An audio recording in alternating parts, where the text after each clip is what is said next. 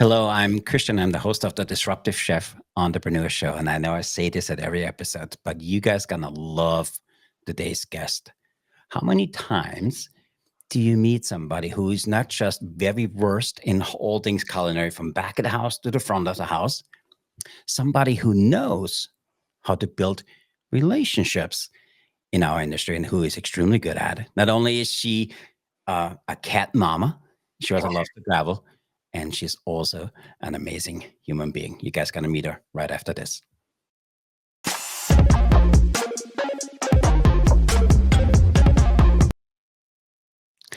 Hello again. I'm Christian. I'm the host of the Disruptive Chef Entrepreneur Show, and I'm really excited to bring to you guys today's guest. And you guys know about a 2 month time, 2 months ago, we started going through who could we bring to our audience, to you, who is extremely good in what they do, who do take things and disrupt it a little bit, the way they think and the way they go to market.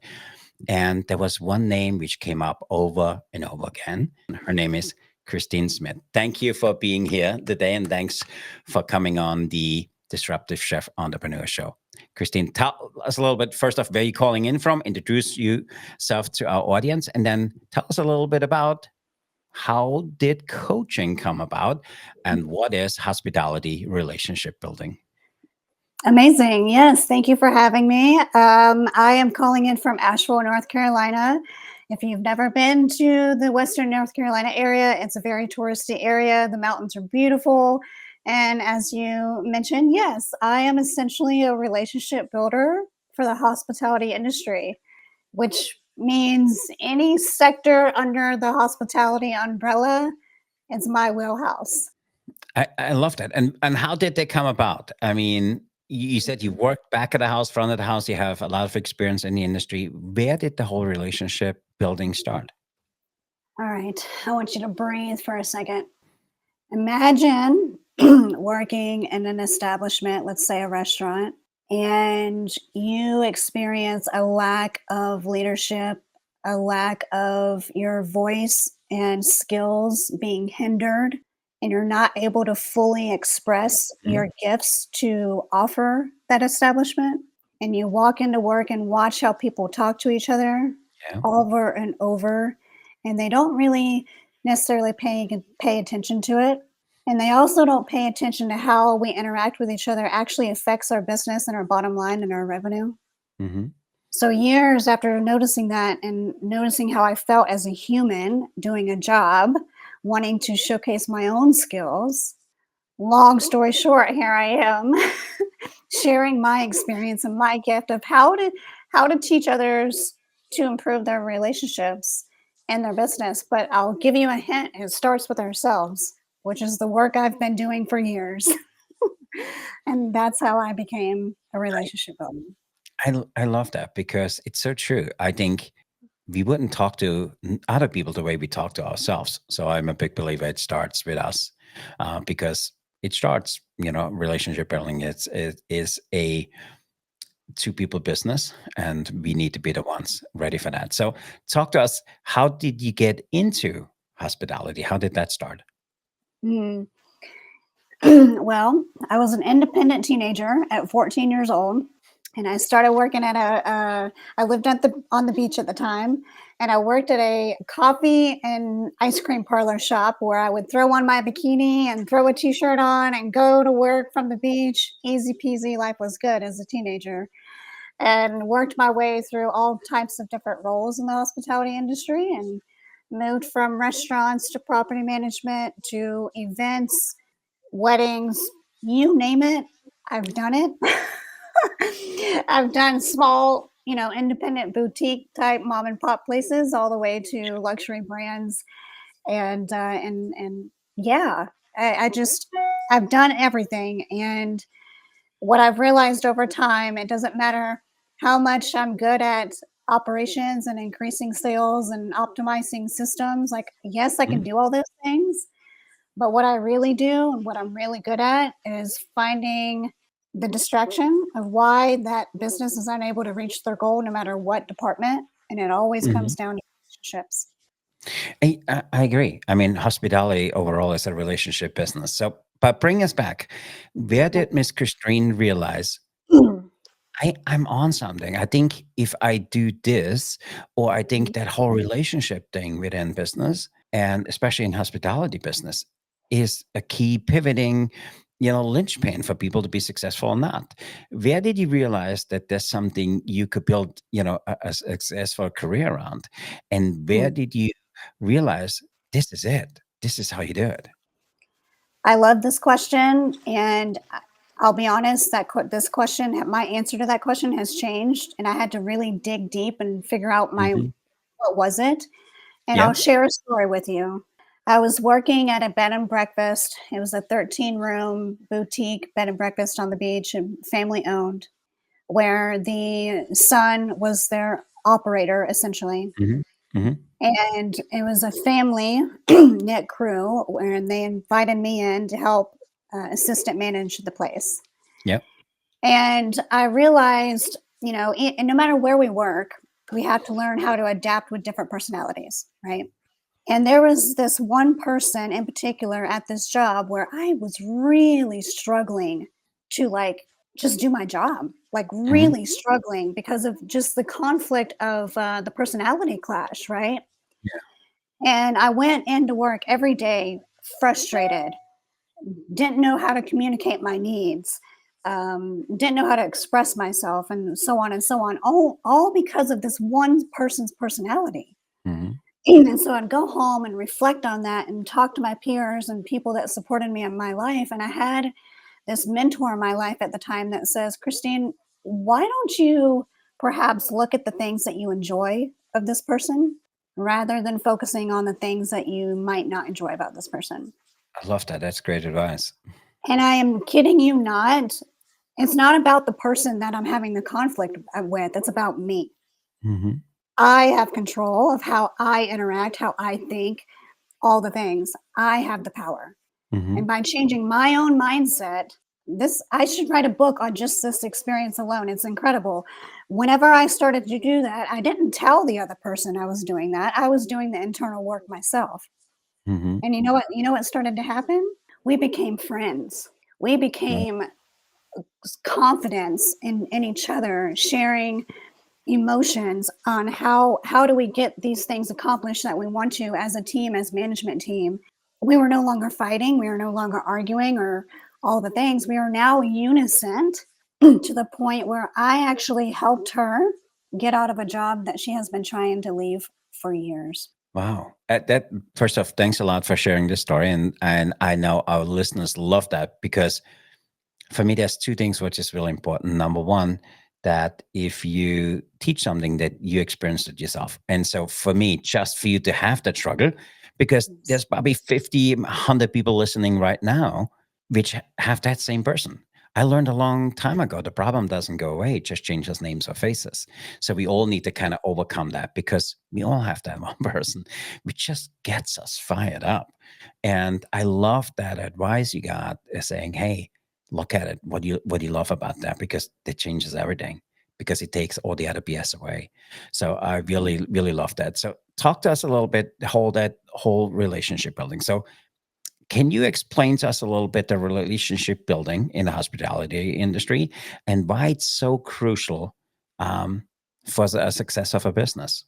So, specifically on the relationship building, are you asking how that process looks Yep. like? Yep. Yep. Okay. So, if I were to come into an establishment like a restaurant organization, it starts with the owner Hmm. because the owner is, let's just do it top to bottom, right? You got Yep. the owner and then you got your chain of command and everyone in their different roles. Yep. All the people in chain of command may or may not be able to do their job properly and efficiently and all the things that they wish and desire for their team if the owner is not right with themselves, Hmm. right? It trickles Yep. down. It's like a Understood. ripple effect.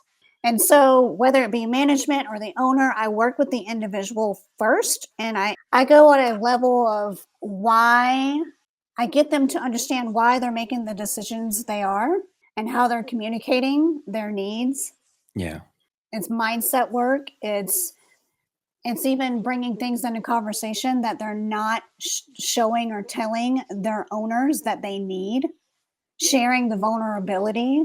to be honest of, hey, we're not here because of XYZ, right? And so no matter what the problem is, let's say it's sales, right? They want to make more revenue, right? Mhm. Or they want to train better. They want a training system in place. Whatever it is, it's going to get down to the nitty gritty of your beliefs, your mindset, your communication style, Mhm. and that's where we build on the relationship building because then it goes into every department, no matter what the issue is.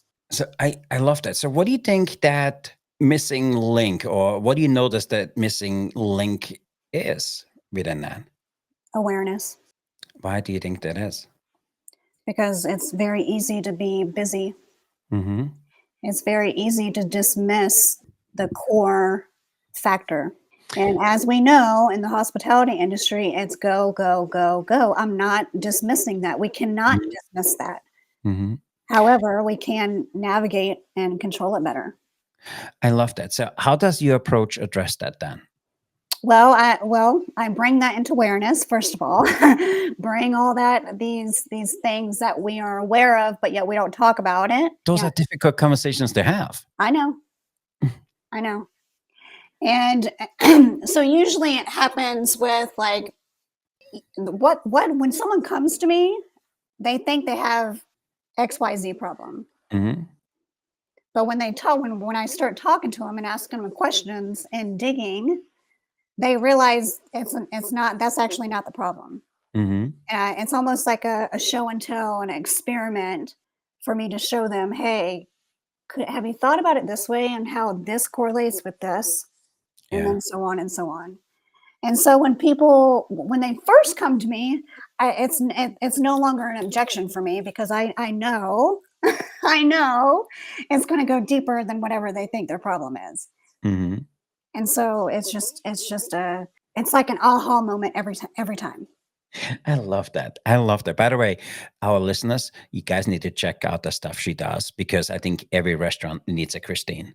So for me, that's so powerful. And when, as I started diving into your content, you talk a lot about the importance of not just communication, but effective internal communication and how that impacts not just the guest experience, but the operation at large. Can you talk to us a little Yes. bit about that?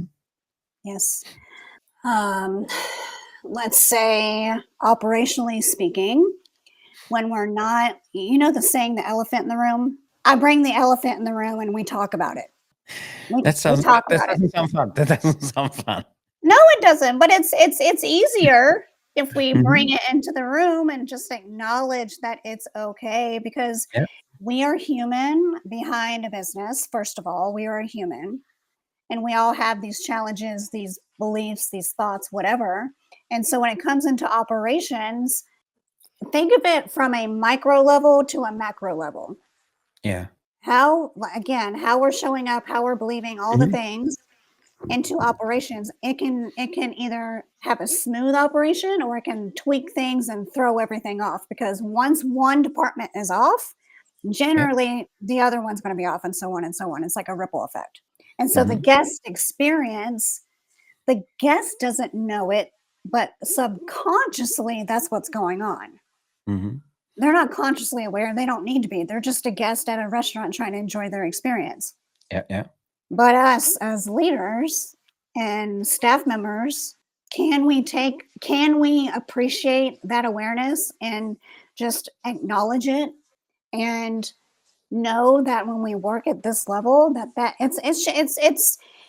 it's almost like you can't believe it until you put it in practice because we're Yeah. so used to operating a certain way, and I don't blame them. I don't Mhm. make fun. I don't judge. I just simply show a different perspective. And when we put those practices into place, it's like night and day. I love that. And again, make it sound so simple. These are difficult conversations to have.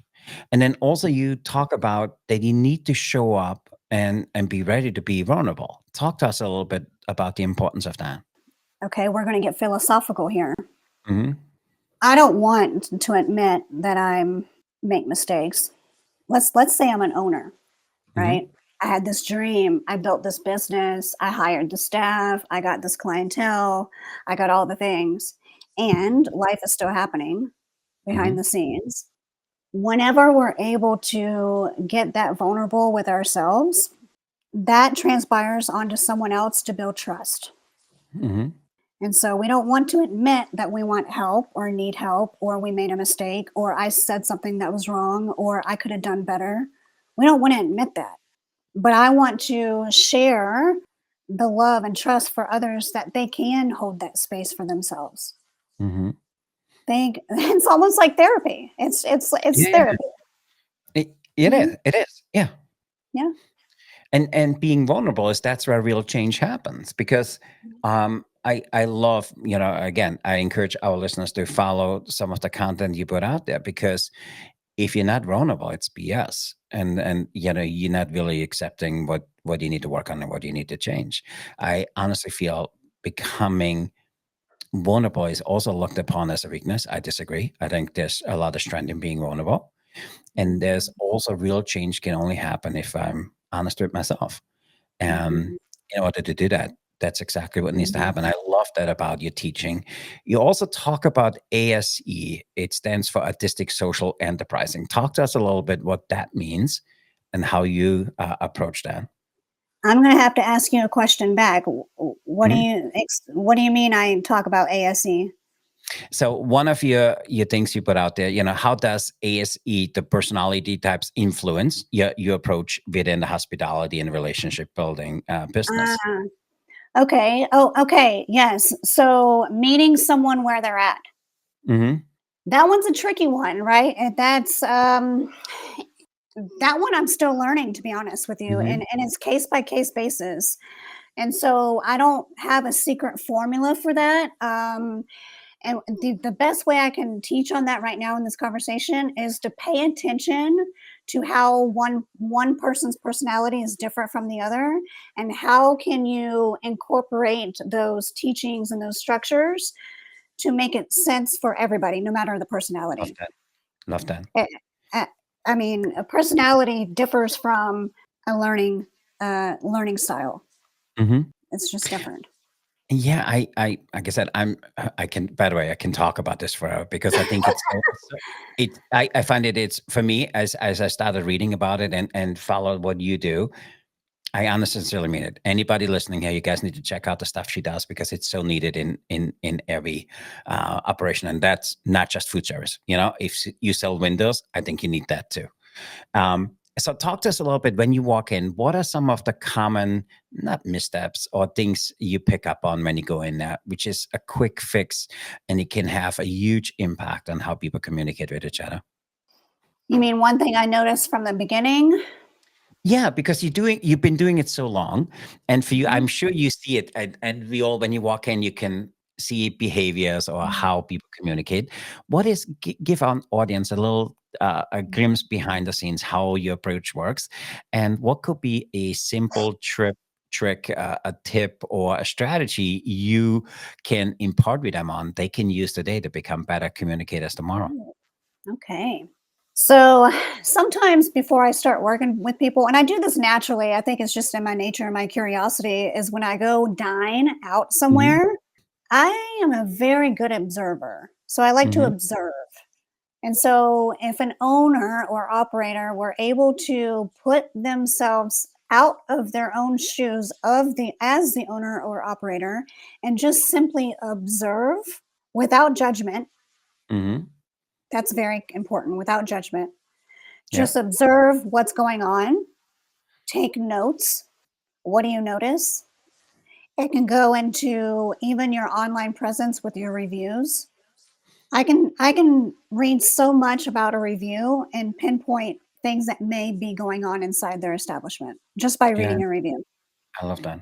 That's an easy one too. Take a Yeah. glance at your reviews and read between the lines of, "Oh, I just didn't like my eggs," right? Like, really Mhm. read between the lines of what that guest is really trying to say, Yeah. Yeah.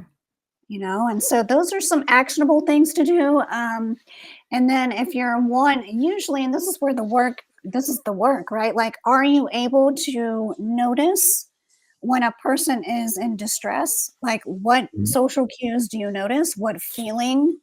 Even when you're in conversation, I'll give you an example. When you're in a conversation and you feel this tense, burning, like uncomfortable feeling, there's a reason. Mhm. And that's an opportunity to gain clarity. Yeah. And those are the conversations we need to be having more. You, you said a few things, and one of them for me, what comes back is you're so good at it. Mhm. Where did you realize this is not a learnable skill, by the way? I think you have that intuition. So where is that coming from? I'm really intrigued in that because you said I walk in, I read the review, I can review, I don't see anything, but Whoa. you said I can see so many things. Where is that coming from? If you look at your past, where did you learn that skill? I love this question because I ask myself this all the time. I think, Christine, how do you just have this knowing? How do you have this Yeah, sensing and just understanding people? I'm really good at it. And if I think back, and I'm going to share some vulnerable information with you right yeah. now. So when I was a young toddler, I back in the 80s, yes, I'm an 80s baby. Back in the 80s, they used this detergent called Lye. It was an acid to clean clothes or whatever. Mhm. And bless my mother's heart, she left it on the floor and I picked it up. Okay, I burned my whole esophagus and had to get reconstruction surgery on my esophagus. I almost died. Wow. And so, the whole saying of, well, and the developmental stages for children, they don't remember anything under age 5. Well, Yeah, when yeah, something traumatic happens to you, such as I did, drinking a detergent that could kill you, I feel like I have a hunch, a theory. That's where my heightened awareness came from because I had to be hyper vigilant with what yeah. I did, how I ate food, and everything. And so I have a feeling that's my theory of where it comes from. I don't know. And I love people. I'm very, very curious to how things work and how people think. And so that's why what I do can work in any department of any business. It's because it's like a therapist, psychologist meets strategist meets just all the things. Mhm. But And people want to they gotta want to do the work. They gotta want to yeah, do the work. I love that, and first of all, thanks for sharing that story. That's a very Mhm. powerful story, and if that is true, I need to find myself some of that, and maybe I need to drink it too. Maybe I can get a little bit of that. Um, but I love that, and again, every time you say something, I was like, she makes it sound so simple. It's not that easy. Having some of these conversations with people, it's not easy. Dealing with people, it's not easy, and especially in the hospitality industry, which is an entry level industry. And it attracts all kinds of people. So for me, what you do is super powerful. What you do is so needed in the industry. And again, to our listeners, I want to make sure they check out what you do and get in contact with you because this is super powerful and it can make a huge impact in anybody's industry. So It does. let me ask you one question, and we coming up to a half hour. I want to be respectful of your time, and we have a special episode for you, which we want to play with you after that. But give our listeners a little bit of glimpse behind the scene. What is Miss Christine working on for her business for the next 6 months? And then give us a little bit of behind the scenes. What is Christine working on, Christine, for the next six Mm. months? Oh, let's start with what is Christine doing to work on Christine for the next 6 months. As a new, as a business owner, we all go through these elevations, these ahas, these things that we have to learn as business owners. Hmm. So I'm going through this process right now of how to do what I do at scale Hmm. because I am here to make an impact and what I do for others is very important and it brings me joy. Like doing this kind of work really Hmm. makes me happy. And so I'm learning how to deliver my message and my gifts to others at a larger scale. Yep. That's what I'm doing. I love that. And what was the other question? And what do you do on your business? So what are you focusing on your business specific for the next 6 months? Actually, I guess that was the answer for that question. Yeah. And But yeah. I guess I my own personal one would be, even though I teach getting over the limiting beliefs, I still have my own challenges too. I Mhm, think we all, whatever we teach, we all always have that back end behind the scenes of working on it ourselves. So I'm mhm. working on my own limited beliefs, and then I shared with you what my business goals are. So Yeah, no, I love that because I always ask this question because I want our listeners to know, you know what? Whatever I work on my business and what I work on myself is identical. I don't yes. go to different direction. That's not the way it works. And for me, my big thing was working on letting go. Mhm. And, I'm lucky that I have a really good team. And sometimes it's hard for me not to chime in because I don't want to give him my idea because then I get what I always had. I don't Mhm. want that. I want something new. And for me, that goes exactly where we want to go in the business. And that's for me in my personal life, Mhm. with my children and with my spouse. So for me, it's really important. And I want our listeners to know it doesn't need to be. Some people feel, oh, don't have this grand thing for my business and then something grand for me. It doesn't need to be. It could be really simple because there is power in simplicity. There's power in being messy. There's power in being vulnerable. And there's power in sharing. And that's why we have our thing here we create, because we create in conversation. That's right. And we created this podcast because I want people to know people like you, because somebody could have a conversation with you and it could change their career drastically. Not just it could have for their career and for their business a total different strategy, because we all need somebody who sees in us what we don't see in ourselves. And you're extremely good at that. And I'm really thankful for you being here today. So we coming up to our end of the show, and before we let people know where they can get a hold of you, I wanted to see if you're up for rapid fire question food service edition. Let's do it. Okay, so the way this works is my team creates 25 questions every week, and you have the brand new set. And so there's 25 questions. You give me a number between 1 and 25. I read the question and we want to have a quick, honest answer. Awesome. Okay. Let me know when you're ready. All right. I'll choose three. Three is a good one. Which food would you banish from existence forever if given the opportunity, and why? Sardines. Uh, Who the hell loves sardines? Do you like sardines? as a whole business, you just made a whole bunch of people very upset. Okay, next question. Number between 1 and 25. 17. 17. What food would you choose to survive on a desert island with? And if you would only have if you were given an unlimited supply. So what is something you would take on a deserted island that you can eat forever? Well, if I'm on a deserted island, I need to be able to survive. So it's going to be a protein. Yeah. Uh, it- it's going to be specifically a grouper. Ooh, yeah, I'm with you. So I hope I get stuck with you on an island. I love grouper. Yeah. Okay, next question between 1 and 25. All right. Let's do 24. Ooh, 24.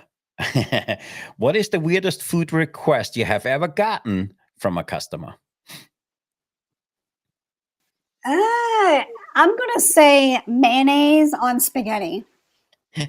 That's we need to strike that because that's not okay. Nobody should put mayonnaise on spaghetti.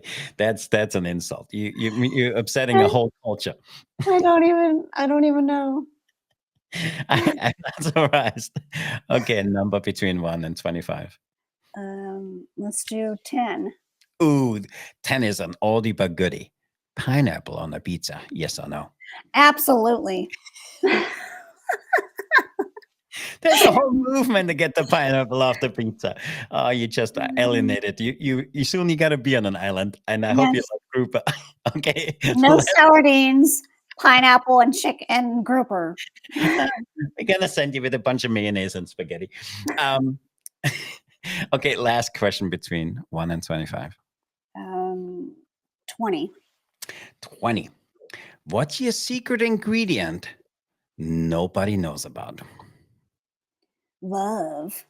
Oh no, I don't cook that often. But when I do, the secret ingredient is love. I love that. Thank you for playing Uh, Rapid Fire Question Food Service Edition. That was awesome. And if God wanted you to cook, how come He created restaurants? It's as simple as that. So, with that, Miss Christine, we appreciate you being here today. What is your last word of wisdom for anybody who wants to learn more about how to communicate in the hospitality industry? Allow yourself to mess up and love yourself. Love that. I love that. And this is what we have here. You know, it's progress over perfection. Works That's all the time. So, Miss Christine, if people want to know more about you, how can they learn more about what you do and how can they get in touch with you? Yes, either my website or on LinkedIn because that's where I'm most active. So Mhm. LinkedIn at C Smith Philosophy and my website is csmithphilosophy.com. And philosophy is because it's my philosophy. Awesome. We appreciate it. And for our listeners, also, we will have the information in the show notes. So, with that, I want to say thanks for being here today. Thanks for the gift of your time, Miss Christine. I love this conversation. You need to promise to come back and we do a 2.0. And to our listeners, if you haven't done so, join our private community, which is the disruptivechef.club. You to see a behind the scene glimpse of what we do. You also get a little bit of update on some of the new episodes which coming out.